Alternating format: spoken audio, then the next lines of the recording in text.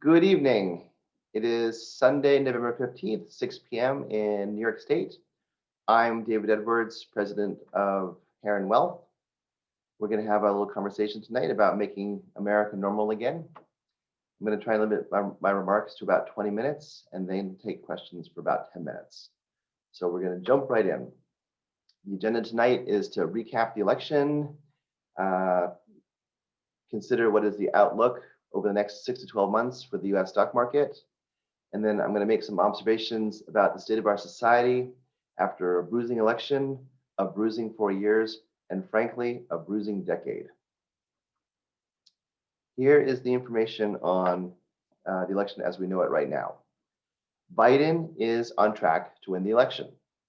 We'll get the final certifications starting around about November 18th forward, but as things stand right now, Biden has 306 electoral votes to Trump with 232. He has 50.9% of the national vote versus 47.4% for Trump. He has 78 million of the popular vote versus 73 million to Trump. The differential is 5.4 million. That's substantial. Biden has received the most votes of any presidential candidate ever, but Donald Trump received the second most votes of any presidential candidate ever, receiving more than he got in 2016 and more than Hillary Clinton got in 2016. So I'm going to put up some slides to talk about what we can learn from the distribution of voting patterns. So give me a moment to get that up.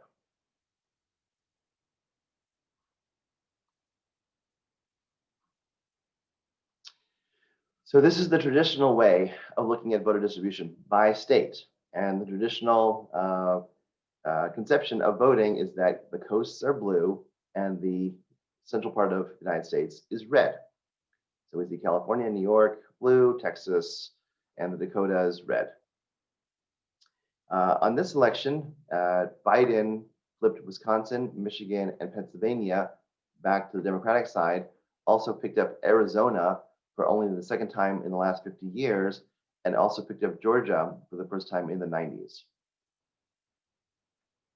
But let's look at the vote at the county level. Well, here, the vote is a lot more diffuse. I call this the sea of red sauce with blueberries dotted on top. What we see is that, in fact, states are not monolithic. Even a state like Texas has a fair amount of Democratic voting. Even a state like New York has a fair amount of Republican voting.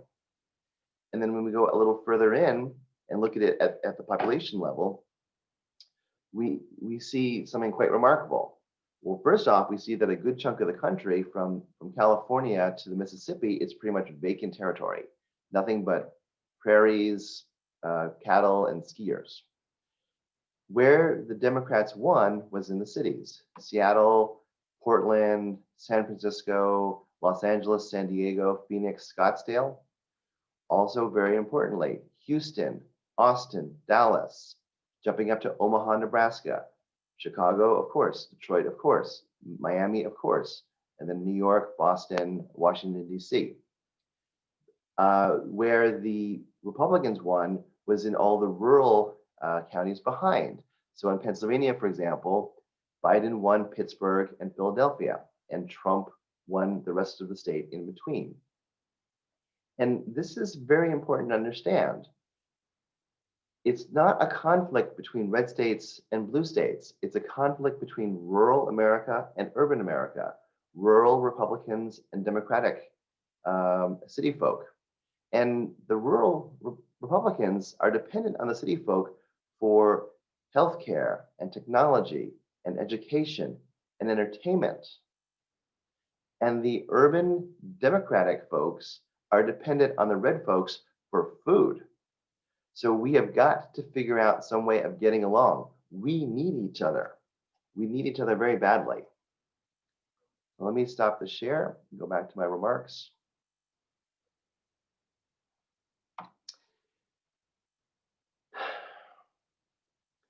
The other thing that we learned from this election is that while many Americans didn't like Trump, they didn't like Democrats even more. Trump is making this big claim that the Democrats have stolen the election, it was rigged. And I got to say that if it truly was rigged, why didn't the Democrats also rig it to pick off Joni Ernst in Iowa and Susan Collins in Maine and pick up one or two seats in Georgia as well? Why didn't they really rig it so they would truly control the Senate? As it turns out, Trump lost the presidency, but the Democratic blue wave did not happen. Even after the Georgia runoffs on January 5th, Republicans are still likely to control the Senate. Democrats lost 5 seats in Congress, which was a surprise, and made no gains in state houses or at the government level. So what that means is that whereas most presidents, George W. in 2000, Bill Clinton in 1992, Obama in 2008, came in with full control of the executive, Congress, and could do pretty much what they wanted for the first 2 years. Biden is arriving on day one with a divided government and will have to govern primarily through executive order, which means that any progressive plans to expand healthcare, protect the environment, regulate monopolies, and most importantly, provide a big economic stimulus to get out of the U.S. Get the U.S. out of the current recession, that's not going to happen.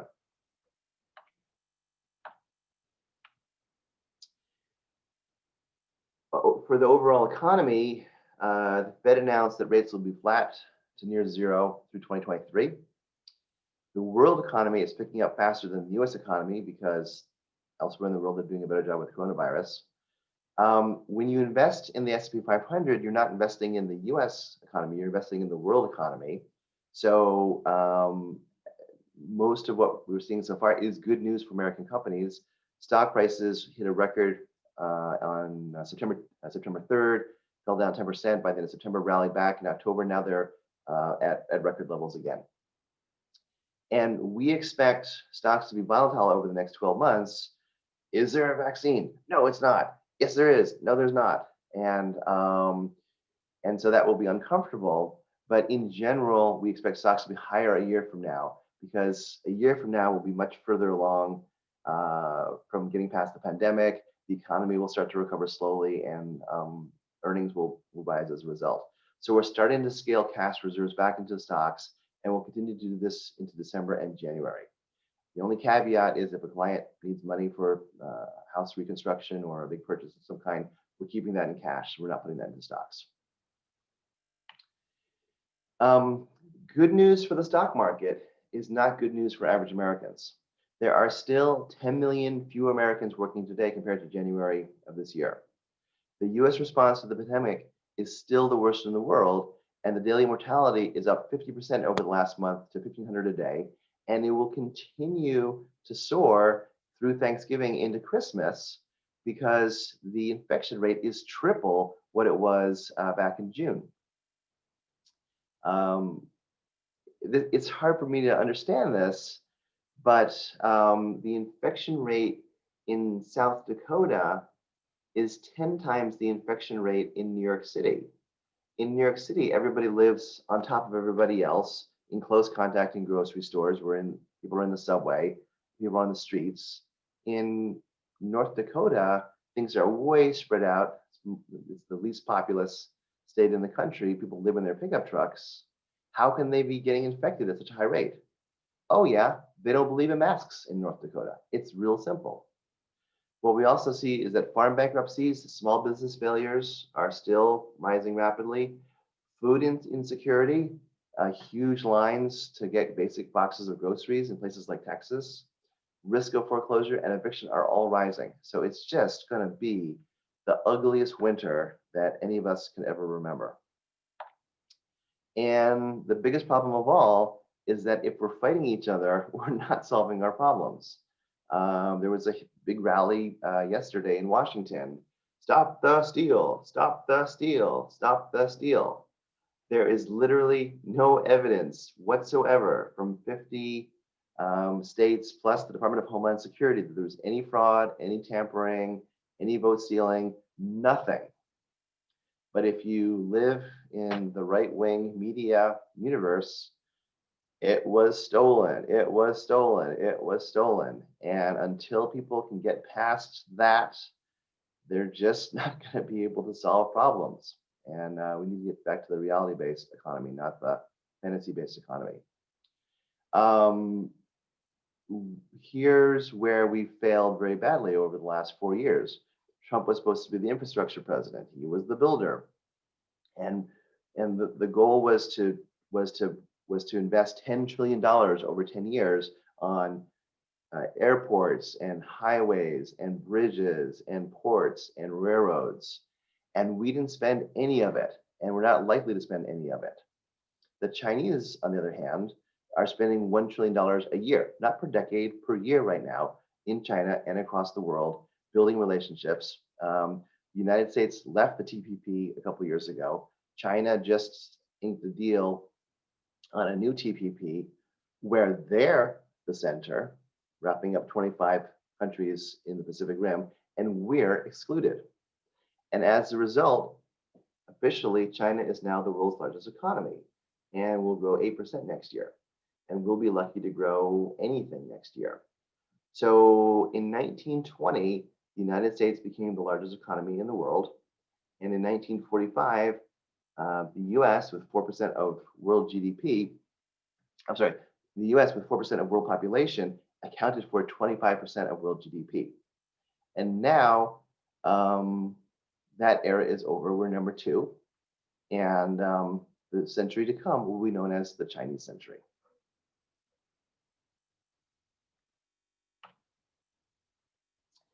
Just to get through 2021, we need to spend between $2 to $4 trillion to support businesses, support household income, send money to states and local governments that are pretty much bankrupt at this point.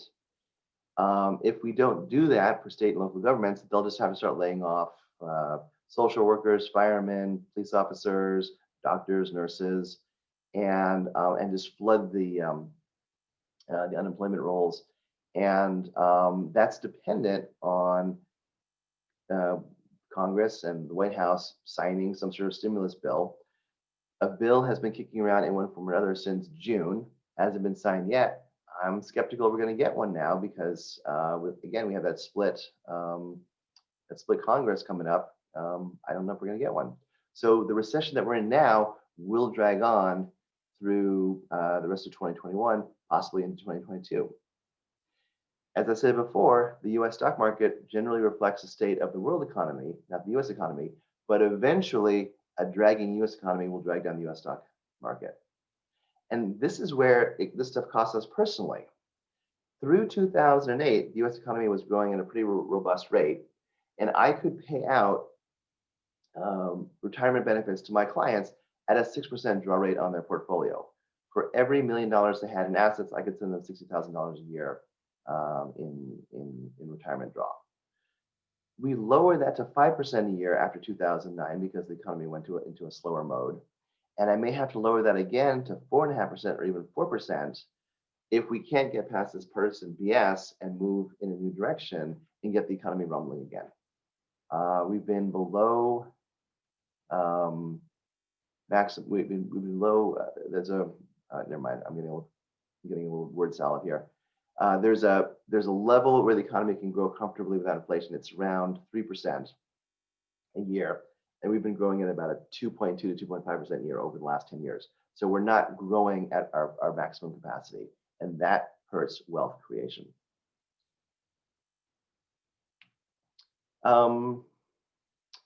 Finally, most of the people who are watching this webinar, and for most of my clients, a lot of this doesn't matter. Everyone's had a good career. They've saved a lot of money. They've got their house paid for. Either they're retired already or they're heading to retirement. Things look pretty good. But among the children and grandchildren of my clients, things look bleak. I graduated from college in 1983 in the midst of a terrible recession and spent my first 6 post-grad months bartending and tutoring. But within 6 months, I got a management track job at Morgan Stanley that set me on the track to buying an apartment, getting engaged, getting married, starting a family, going to grad school, starting a business, putting 2 kids through college. And most of my peers had similar experiences. Yeah, it was a little hard at first, but then it got pretty easy after that. When I look at the current generation, the children and grandchildren of my clients, about 15% of those 20 somethings have career track jobs with training, healthcare, and retirement benefits. The rest are in gig economy jobs on a per hour basis with no benefits, no training, and no career path. And many of them are still living at home in their mid 20s. So how do we, and by the way, those kids are the lucky kids. They were the ones that got to go to the best, US colleges and universities and graduated without student loans. So how can we have an economy if people can't even get to the basics of household formation, let alone develop real substantial wealth? And I don't know how to quickly turn this around. It didn't start yesterday. It's actually been the case for a while, and the pandemic has only made it worse. So we've been heading in the wrong direction as a nation for the past 10, 20, even 30 years. And when I say 30 years, it's because it was during the Clinton administration that we began shipping blue collar, working class jobs overseas in a big way and bringing in automation and hollowed out the jobs that people without college educations can get. And that accounts for most of the anger that exists right now between red America and blue America. The single biggest divide is those who have a college education and those who don't. If you have a college education, you can get a good job in the information technology or the service economy. If you don't have more than a high school education, well, you can be a truck driver, you can be work, in a distribution center for Amazon, but putting together computers, putting together washing machines, putting together even cars, right? Those jobs have either been exported or automated, and there is no opportunity there. My hope is that the new Biden-Harris administration will be able to turn the situation around, rebuild the economy, just as the Obama-Biden administration rebuilt the economy in 2009, after the last Republican administration blew things up.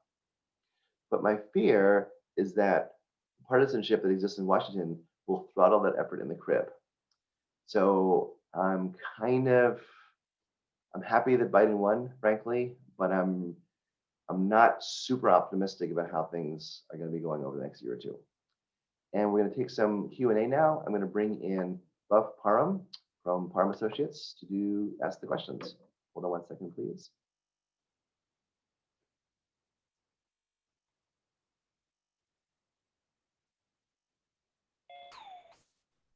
Hello, David. Hey, Buff, how are you doing this evening? I'm doing well. So we have a couple questions that were Yeah, we either do. mailed in or came in during the show. Yeah, let's start with this one. It's seemingly and shockingly, the stock market has survived the pandemic so far. Unfortunately, the virus is now surging again, and that will necessitate more lockdowns. Can the U.S. economy survive another 9 months of this? Restaurants, et cetera, are living on a string. Once they're closing and once commercial tenants stop paying rent, it affects the banks, retail stores, gyms, et cetera, which obviously creates unemployment, homelessness, hunger, et cetera. Will it all start tumbling down in 2021? And should I take some money out of my stocks? Yeah. So two questions. One, how has there's the potential of more lockdowns coming, how that will affect the economy? And two, should we take money out of stocks? First off, the pandemic has affected different segments of the economy differently. People who work in white collar jobs, like my job, just work remotely. The only problem I have right now is that if I want to bring new people into my firm, it's very hard for me to train them. Training people remotely is tough. And I've talked to my peers, we all have the same problem. So that just means that until I can reopen my office, probably next September, I'm not hiring new people. But other businesses that are people facing, such as retail, such as restaurants, such as movie theaters, those businesses are dead in the water right now. The PPP loans have run out. The landlords are clamoring for rent. I don't know how many of them will be left a year from now, lockdown or no lockdown. People are trying to reopen businesses. They're trying to open restaurants again, but the volume is 20 or 25% of what it used to be, and you cannot have a business. You've got a certain amount of fixed overhead, insurance and health insurance, and a certain amount of food that's coming every day, and you cannot run a business at a fraction of your previous revenue. So there'll be a great die-off of small business. I talked earlier about the rising rate of small business foreclosures. Should we take money out of the stock market as a result? No. The stock market is basically 3,000 companies, but there are 300,000 companies in the United States, and the 3,000 companies that make up the stock market are the best capitalized, have the largest resources, and most importantly are international. So Amazon, for example, is a retail company that is thriving right now because they're hoovering up all the retail sales from the people who can't get to a store anymore.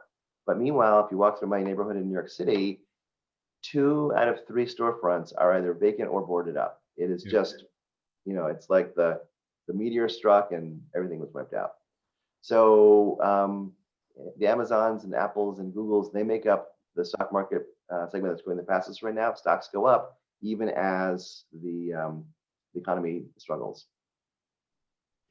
Turning to politics, given Biden's long-term relationship with the Senate, do you think he'll be able to work with that body even though it's still controlled by McConnell and the GOP? Absolutely not. And McConnell is determined to block Biden from doing anything significant. And we know this because McConnell became Senate Majority Leader in the 3rd year of the Obama administration and pretty much blocked anything Obama tried to do for the next 6 years. And even when Trump was the president, pretty much blocked anything significant that Trump tried to do. When the congressional control switched to Democratic in 2 years ago, thousands of bills went up to the Senate from the House and then just died. McConnell just refused to take them up. So his whole deal is to basically block progress. I'm not sure what his motivation is, but that's what he does. And the fact that Biden was a senator for many years and, quote, has a collegial relationship with McConnell means nothing. He was the vice president for 6 years. McConnell wouldn't help him out then. Why would he help him out now? So I'm actually pretty pessimistic about that. Well, here's a two-parter. It seems likely that Biden will issue an executive order on day one that may lock down the country to help combat the spread of the virus. Has the market already priced that in as a likely possibility? And I heard a person interviewed on PBS who said that we will probably not be clear of the effects of the pandemic until 2022. How could this affect your modeling going forward? Yeah. So first off, I don't think the president has the authority to order a national lockdown. Lockdown authorities are controlled by governors. And here in New York State, we have a governor that's pretty aggressive about lockdowns. And as a result, we had a terrible surge of infections in April and May when we were unprepared for the virus. And now here we are in October, November, running into December. The infection rate is up, but it's controllable, manageable. We actually have our schools mostly open. But out in other parts of the country where they refuse to have lockdowns and refuse to wear masks, the infections are out of control. And so it's going to be a governor by governor decision. What Biden can do is order a national mask mandate in any federal installation, military or offices anywhere throughout the country, and lead by example, which the current president will not do. And as a matter of fact, we've seen that the U.S. military has been very aggressive about testing and mask wearing. And as a result, the infection rate in the U.S. military is very low, which is impressive considering that those guys live and sleep together. Indeed. Could investment in the nation's infrastructure be the one objective that Democrats and Republicans can agree on? And if we get a big infrastructure package through Congress, what's the potential impact on the markets? Yeah. Everybody agrees that spending on infrastructure is a good thing. But to do so, you'd have to borrow a lot of money. And the Republicans were very happy to borrow money to fund the tax cut in 2017, blew up the deficit, but will dig in their heels and refuse to borrow money, even though we can borrow money for 30 years at 2% to fund infrastructure. So if we couldn't get an infrastructure bill in the last 4 years, I doubt we'll get one going forward. In the past, you said you were holding off investing clients' cash till January 2021. Is this still the plan because the market doesn't look like it has taken a significant dive yet? Yeah. And where will you place those investments? Yeah, so I made those remarks in August. And at the time, I was feeling very uncertain about the election, very uncertain about how the pandemic was playing out, and the market was toppy. And indeed, it got to a record high on September 3rd. In August, I said, well, we expect at least a 10% pullback, and we could get a 20% pullback. So as new money comes in with new clients, we're kind of investing a third, investing half, but waiting to see. Well, here we are several months later. The market came down 10% and then immediately rebounded another 10%. And now we're back to record levels again. And I'm a little more comfortable putting money to work because at least now the outcome of the election, at least I can see a vaccine. At least I can see a timeline for the pandemic kind of running down by the end of 2021, beginning of 2022, and then see the economy making a grudging recovery 2023, 2024. So we've started to move money back into the market for our clients. We're doing it slowly, methodically, November, December, and into January. And as I mentioned before, we'll see volatility along the way, 10% dips on news. But if I expect stocks to be higher a year from now, then I'm not really going to worry about the dips along the way. Okay. Last but not least, any good news in addition to the election of Biden-Harris, and is there anything to be hopeful for? I think the good news is that there are now two vaccines that have been announced. The first was from Pfizer, second was from Moderna. The fact that a vaccine is available doesn't mean it's widely available. My daughter happens to be a med student, and I called her up this morning and I asked her what she thought of the vaccine. She said, well, what will happen is first line medical professionals will get them first, doctors and nurses. She herself, as med student, is considered second line, so she'll get one later. It will take time for the vaccine to be produced, and then it has to be transported at very cold temperatures, and then people have to line up and get there. And there's 325 million people in the United States. So for someone like me, I might not be able to get vaccinated until April, May, June, something like that. And then even then, these vaccines are 90% effective, 95% effective. So I still could get sick even with the vaccine. So even then, I can't stop wearing my mask. The other problem is there's a lot of anti-vaxxers that will oppose getting vaccinated at all. So even by September of 2021, only half of the US population could be vaccinated, which means that we'll still be getting people sick. But the thing will burn out as we get into the end of 2021. The 2018 Spanish flu, which is the model most similar to what we're experiencing right now, burned out after 2 years. The virus needs to jump from person to person. As more people get infected, as more people get vaccinated, the jump is further and further. So that's a big thing of hope. And the other thing that gives me hope is that, Trump won't concede the election, won't help the transition process at all, probably won't concede until the day. He may never concede. He may not even show up for the inauguration. But what gives me hope is that Biden has been here before. His team, they were there in 2009 when the economy was in free fall, and were able to quickly bail out the auto industry, bail out the banks. The U.S. stock market hit a 10-year low in March 2009, but quickly rebounded and tripled over the next 8 years. That was a pretty good recovery. So they don't need to know where the bathrooms are. They've got a pretty good team in place. They call back some of the old players from 4 years ago, 5 years ago.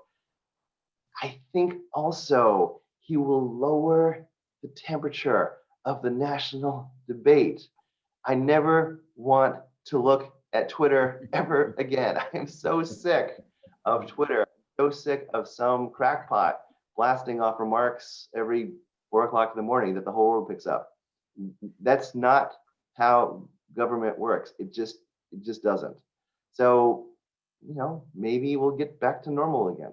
That's the part of my presentation. So I think that's enough questions for tonight, Buff. Got it. We'll do one more webinar at the end of this year, and that will be Sunday, December 27th. And my plan is to not do prepared remarks. I'm just going to ask our clients and friends to send in questions, and then you and I will.